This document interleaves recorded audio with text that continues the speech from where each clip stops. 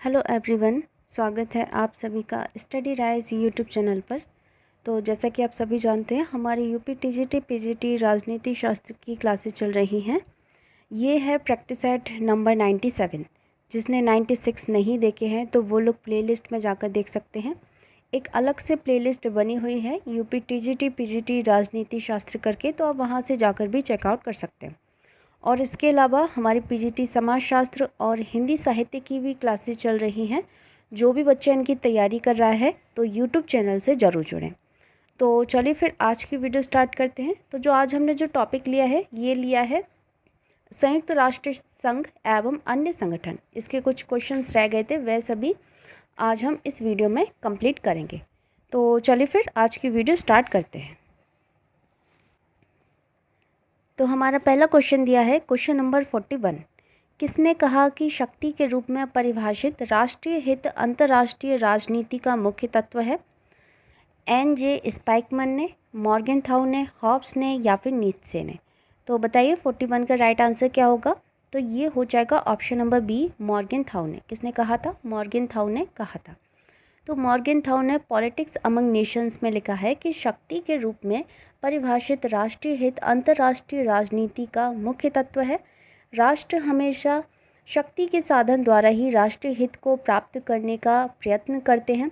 राजनीतिक शक्ति के रूप में परिभाषित हितों के अनुरूप ही सोचते तथा कार्य करते हैं तथा इतिहास इस तथ्य का साक्षी है। तो इसमें जो सही है ये हो जाएगा ऑप्शन नंबर बी आंसर, इसमें राइट आंसर होगा।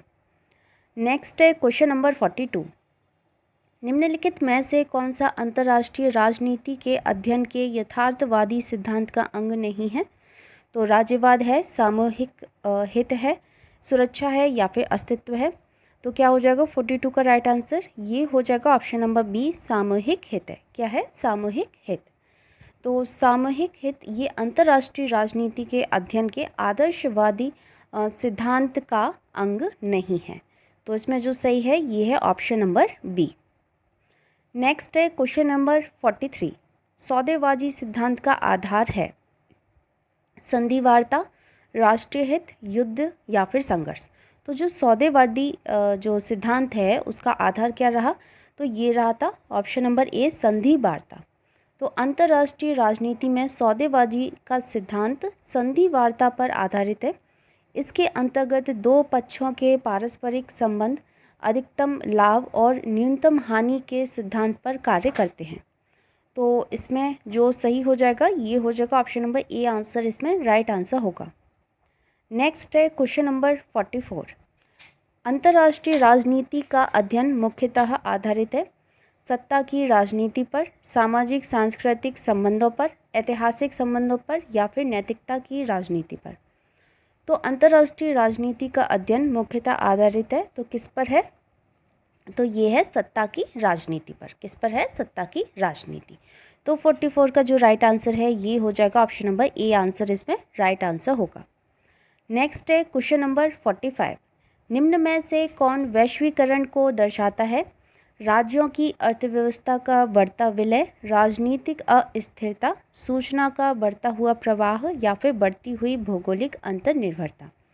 तो कौन वैश्वीकरण को दर्शाता है? तो देखो इसमें जो सही है ये है सबसे पहले तो ये हो जाएगा राज्यों की अर्थव्यवस्थाओं का बढ़ता विलय, फिर हो जाएगा सूचना का बढ़ता हुआ प्रवाह और फिर हो जाएगा बढ़ती हुई भौगोलिक अंतर्निर्भरता। तो इसमें जो सही हो जाएगा ये हो जाएगा ऑप्शन नंबर डी आंसर, इसमें राइट आंसर होगा, यानी कि 1, 3 और 4। तो वर्तमान वैश्वीकरण के अनेक आयाम प्रकट होकर सामने आए हैं, जिनमें अर्थव्यवस्थाओं का एकीकरण, सूचना संजाल और अनेक देशों के मध्य भौगोलिक आत्मनिर्भरता प्रमुख है। विश्व बैंक, अंतर्राष्ट्रीय मुद्रा कोष और विश्व व्यापार संगठन जैसे संगठन अर्थव्यवस्थाओं के एकीकरण के नियमन के लिए बनी संस्था हैं और सभी देशों के बीच सूचना का आदान प्रदान का माध्यम जैसे रेडियो हुआ, टेलीविज़न है ना, इंटरनेट, मोबाइल, कंप्यूटर, ये सभी क्या हैं? सामाजिक एवं सांस्कृतिक संबंध निर्धारित होते हैं। इसी प्रकार औद्योगिक की आवश्यकताओं ने भौगोलिक आत्मनिर्भरता को बढ़ावा दिया है, जैसे जापान को कोयले एवं लोहे के लिए ऑस्ट्रेलिया एवं भारत से संबंध बढ़ाना पड़ रहा है। तो इसमें जो सही है ये है ऑप्शन नंबर डी, आंसर इसमें राइट आंसर होगा। नेक्स्ट है क्वेश्चन नंबर 46। मानव अधिकारों की अवधारणा विशेष रूप से संबंधित है। तो राजनीतिक समानता से, आर्थिक स्थायित्व से, मानव होने के नाते, मानव की गरिमा से, या फिर इनमें से कोई भी नहीं। तो मानव अधिकारों की अवधारणा विशेष रूप से जो संबंधित है ये है ऑप्शन नंबर सी, मानव होने के नाते, मानव की गरिमा से। तो क्या हो जाएगा इसमें, सी आंसर इसमें राइट आंसर होगा। ठीक है, मानव होने के नाते, मानव की गरिमा से। नेक्स्ट क्वेश्चन के बढ़ते हैं, क्वेश्चन नंबर 47। वर्तमान विश्व परिदृश्य में एक नए परिवर्तन का उदय हुआ, वह है अमेरिकी प्राधान्य, रशिया की भूमिका, 77 समूह की भूमिका, या फिर तीसरी दुनिया के देशों की भूमिका। तो वर्तमान विश्व परिदृश्य में एक नए परिवर्तन का उदय हुआ, वह है, तो 47 का जो सही है यह है ऑप्शन नंबर डी, तीसरी दुनिया के देशों की भूमिका। तो वर्तमान विश्व परिदृश्य में आर्थिक, राजनीतिक और सामाजिक मामलों में तीसरी दुनिया के देशों की भूमिका बड़ी है। भारत, ब्राज़ील, दक्षिण अफ्रीका जैसे देशों की अर्थव्यवस्था में तीव्र वृद्धि हो रही है, जिसके कारण संयुक्त राष्ट्र संघ या विश्व व्यापार संगठन, अंतर्राष्ट्रीय वित्तीय संस्थाएं तथा T20 जैसे संगठनों में इनकी भूमिका लगातार बढ़ रही है। ठीक है, तो इसमें जो सही है ये है ऑप्शन नंबर डी, आंसर इसमें राइट आंसर होगा। नेक्स्ट है क्वेश्चन नंबर 48। शीत युद्ध की समाप्ति का प्रमुख कारण था।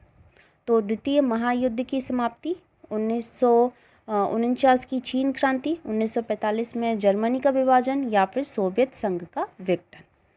तो शीत युद्ध की समाप्ति का जो प्रमुख कारण रहा था वह क्या था, ये था ऑप्शन नंबर डी, सोवियत संघ का विघटन। क्या था, सोवियत संघ का विघटन।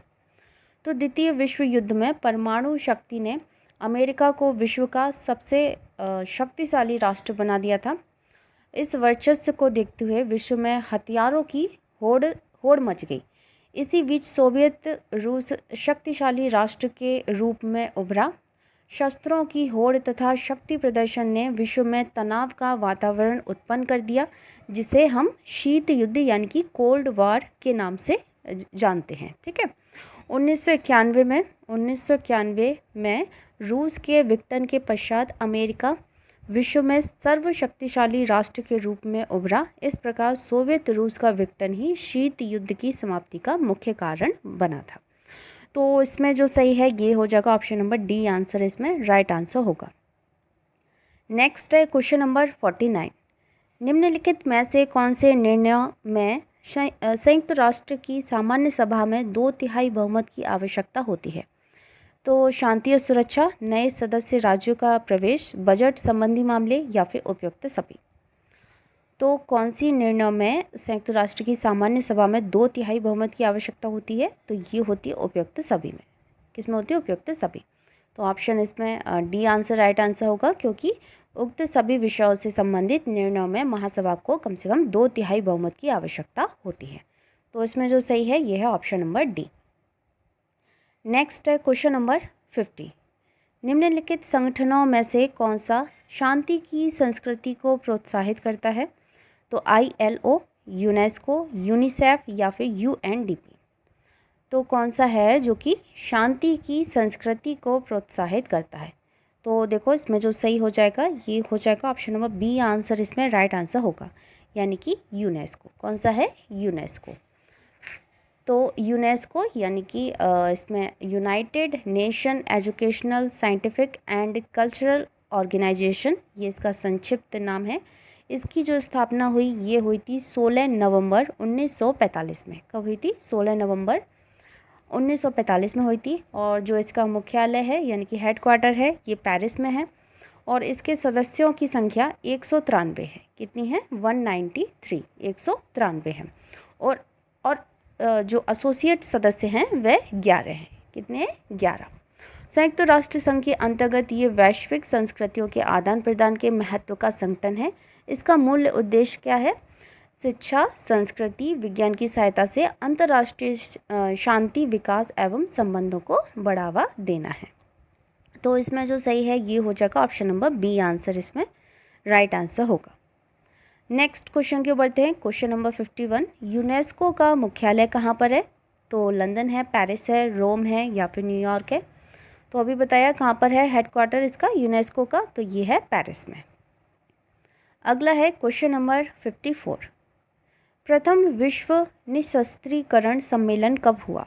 1922 में, 1932 में, 1972 में या फिर 1993 में? तो कब हुआ था प्रथम विश्व निशस्त्रीकरण सम्मेलन, कब हुआ था? तो ये हुआ था 1932 में, 1932 में। तो प्रथम विश्व निशस्त्रीकरण सम्मेलन ये हुआ था 2 फरवरी 1932 में, 2 फरवरी 1932 में जेनेवा में संपन्न हुआ। इस सम्मेलन में 60 देशों के प्रतिनिधियों में बड़ी सेना व नौसैनिक बल बनाए रखने वाले सभी देश शामिल थे। सम्मेलन का उद्देश्य हथियारों को कम करना तथा सीमित करना था। इससे लीग ऑफ नेशन के अनुबंध के अनुच्छेद 8 के अनुपालन के व्यापक उद्देश्य के रूप में रेखांकित किया गया। तो इसमें जो सही है ये हो जाएगा ऑप्शन नंबर बी, आंसर इसमें राइट आंसर होगा। नेक्स्ट है क्वेश्चन नंबर 55, ब्रिक्स देशों में सम्मिलित हैं। तो कौन कौन से देश हैं ब्रिक्स में? ब्रिटेन, रशिया, ईरान, चिली एवं Switzerland, Bahrain, Russia, Italy, Chile और Singapore, Botswana, Rhodesia, Eritrea, Chad और सूडान या फिर ब्राज़ील, रशिया, इंडिया, चाइना और साउथ अफ्रीका। तो ब्रिक्स देशों में कौन कौन से देश सम्मिलित हैं? तो ये हैं ऑप्शन नंबर डी, आंसर इसमें राइट आंसर होगा, ऑप्शन नंबर डी। ठीक है, तो ब्राज़ील, रूस, भारत और चीन ने मिलकर ब्रिक की स्थापना की 2009 में। इसकी स्थापना कब हुई? 2009 में ब्रिक की। ठीक है, ब्रिक, तो ब्रिक की स्थापना की 2009 में, जिसका उद्देश्य ये था कि वैश्विक वित्तीय संस्थाओं में सुधार करना था।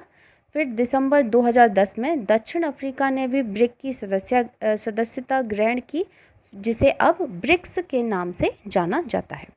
तो इसमें जो सही है ये हो जाएगा ऑप्शन में डी, आंसर इसमें राइट आंसर होगा।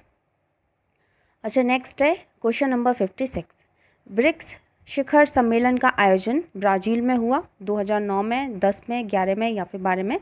तो कब हुआ था? ये हुआ था ऑप्शन नंबर बी, 2010। कब हुआ था? 2010 में। तो दूसरा जो ब्रिक्स सम्मेलन था ये ब्राज़ील की राजधानी ब्राज़ीलिया में संपन्न हुआ था। इन देशों के समक्ष प्रमुख चर्चा के मुद्दे ये थे कि वर्तमान अंतर्राष्ट्रीय स्थिति और वैश्विक वित्तीय संकट, विश्व बैंक और अंतर्राष्ट्रीय मुद्रा कोष के निर्वाचन के तरीके, G20 के मामले, जलवायु परिवर्तन, संयुक्त राष्ट्र में सुधार, ये सभी इनके इन सभी पर इनकी प्रमुख चर्चा थी। अंत में ब्रिक्स देशों ने सहयोग और समन्वय को बढ़ावा देने के लिए ठोस उपायों पर सहमति व्यक्त की थी। तो इसमें जो राइट आंसर है ये हो जाएगा ऑप्शन नंबर बी, आंसर इसमें राइट आंसर होगा, यानी कि 2010 में। अच्छा, अगला है क्वेश्चन नंबर 57, शीत युद्ध वाक्यांश मूलतः संबंधित था।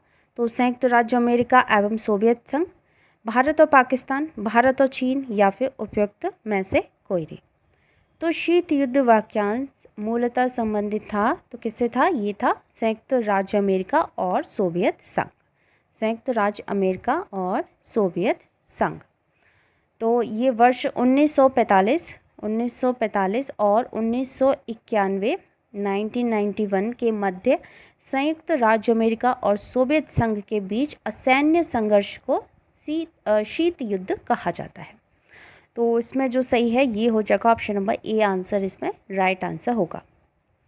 नेक्स्ट क्वेश्चन की ओर बढ़ते हैं। क्वेश्चन नंबर 58, एक सभी के लिए तथा सभी एक के लिए सामूहिक सुरक्षा का रक्षक है, यह कथन किसका है?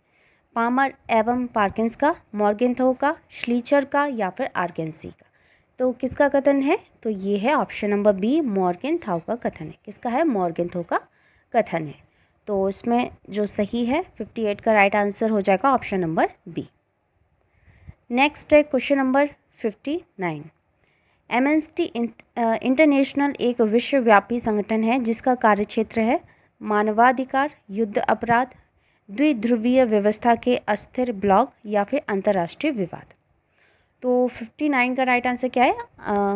अमनेस्टी इंटरनेशनल एक विश्वव्यापी संगठन है जिसका कार्यक्षेत्र है, तो इसमें जो सही है ये है ऑप्शन नंबर ए, मानवाधिकार। किसका है? मानवाधिकार। तो इसमें जो सही हो जाएगा ये हो जाएगा ऑप्शन नंबर ए, आंसर इसमें राइट आंसर होगा। नेक्स्ट है क्वेश्चन नंबर 60। अंतर्राष्ट्रीय श्रम संगठन की स्थापना कब हुई? तो 1919 में, 1920 में, 1921 में या फिर 1922 में। तो अंतर्राष्ट्रीय श्रम संगठन की स्थापना कब हुई थी? तो ये हुई थी 1919 में। कब हुई थी? 1919 में। अंतर्राष्ट्रीय श्रम संगठन यानी कि ILO, इंटरनेशनल लेबर ऑर्गेनाइजेशन, इसकी स्थापना अप्रैल 1919 में की गई थी। अंतर्राष्ट्रीय श्रम संगठन श्रमिकों के विषय में संयुक्त राष्ट्र की विशिष्ट एजेंसी है। जो इसका हेडक्वार्टर है वह जिनेवा, स्विट्जरलैंड में है। ILO का मूल उद्देश्य रहन सहन के स्तर एवं श्रम की अन्य दशाओं को सुधारने तथा पूर्ण रोजगार का लक्ष्य प्राप्त करने पर केंद्रित अंतर्राष्ट्रीय क्रियाकलापों को प्रोत्साहित करना है। तो इसमें जो सही हो जाएगा ये हो जाएगा ऑप्शन नंबर ए, आंसर इसमें राइट आंसर होगा। तो फ्रेंड्स, ये थी आज की वीडियो। अगर आपको पसंद आती है तो वीडियो को लाइक, कमेंट, शेयर ज़रूर करें, और जो भी बच्चा चैनल पर पहली बार आया है तो चैनल को सब्सक्राइब ज़रूर करें। मिलते हैं फिर बहुत जल्द नेक्स्ट वीडियो में नेक्स्ट टॉपिक के साथ। तब तक के लिए थैंक यू सो मच।